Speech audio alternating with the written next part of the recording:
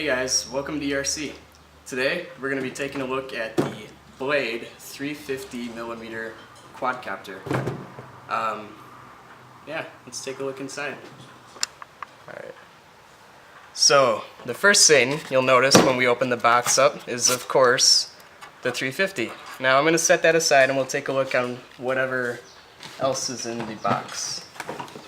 So, next thing you might notice is the DC charger. Now, I don't know why, but they've kind of stopped including AC chargers.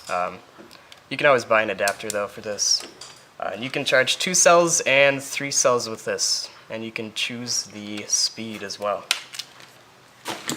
Next up, your GoPro mount. Now, I actually have the mount on my 350 right now, but this is what you put your GoPro in, and then you can do some cool aerial videography. You also get an entire set of spare propellers. If you break one, then you can always replace it without having to go out to the hobby store. Alright, I'm going to set the box aside and we will take a closer look at the 350. Alright. So, now we're taking a closer look at the 350. Now, if you turn it around here, this is the front, and then this is the back. If you turn it around, you just have to push this in and pull out on the battery hatch and set that aside. And I have the stock battery in here right now, which is a E-Flite 3-cell, 11.1 volt, 2200 milliamp hour battery. And it runs 30C battery, or 30C charge rate. And then you can see the battery tray in there. It's generous enough that you can hold an even bigger battery. This is my spare battery. It's a 2700 milliamp hour. This one's only a 2200, so get some little more flight time in that one. So, yeah. Turning it around again, I'm going to show you guys my, this is the GoPro mount, and I've done some modifications to it. The first thing me and my friend noticed when we put this on was that these little rubber balls that you put on, they're helpful, but they're not very good when it comes to holding the camera. So I put zip ties around the rubber balls so that your GoPro doesn't go flying off when you are doing FPV or taking a video. And also, these are really tough to get in. You have 4 screws, and the little wrenches or things that they include to help you put them in aren't very good. So, I would recommend going to the store and buying another kit for that.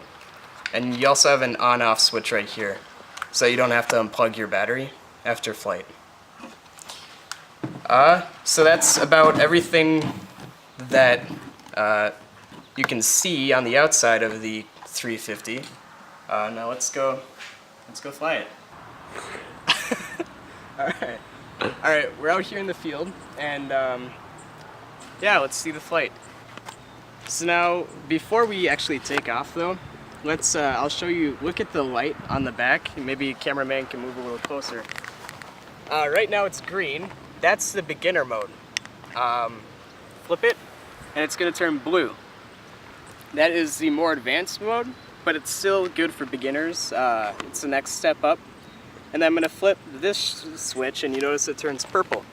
That is because that is the aerial photography mode.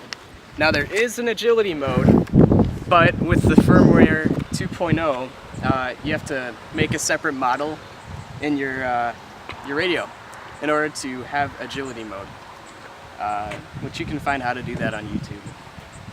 So here we go. In order to start it up, you need to toggle this back and forth, and that'll start up the motors.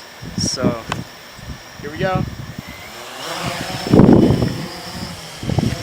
now this is a beginner mode, and if I show you with the GPS, you don't need to touch it. It'll just stay there.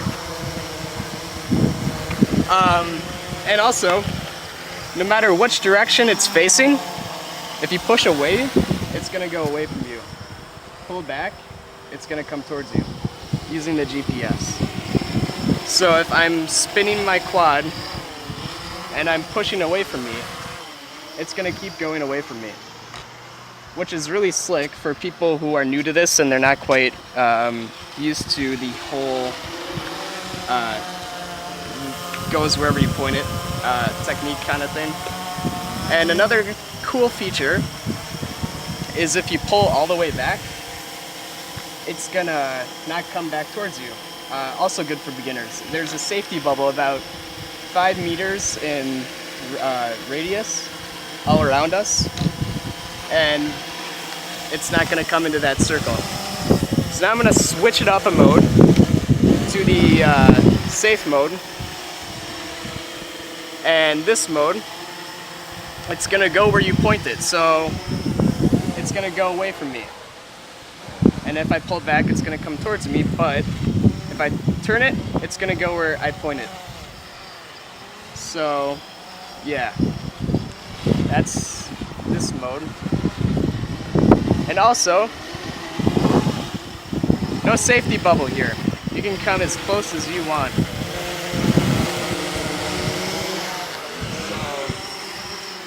That's safe mode.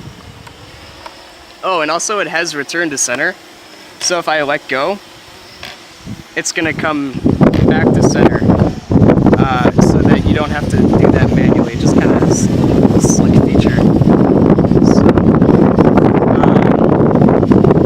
yeah, and then the only other one is photography, which is similar to safe mode, except everything's a lot slower. So you get a much smoother, more professional looking shot when you're taking pictures and video with your quad. So it's a lot slower moving. And that's pretty much all the different modes except for agility. I haven't set that up yet. Yeah, that was the 350. And thanks for watching. Be sure to subscribe and comment what you want us to do in the comment section below. Thank you. See ya.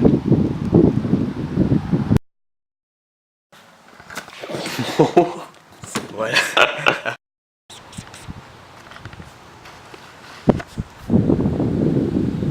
Otherwise it's gonna be, whoa, hey. Otherwise it's gonna be like, hey, this is our quad. Now we're waiting for the GPS. Any minute now. Yep. And then you'll be like, yeah, we're gonna do smart mode in a little bit. Just wait for it. I'll show you the beginner mode. Did you know there's a new Right. there's a new update for Minecraft PE, and there's monsters and yeah, I was thinking of you guys when you saw it. Oh boy. I've been videotaping the whole time.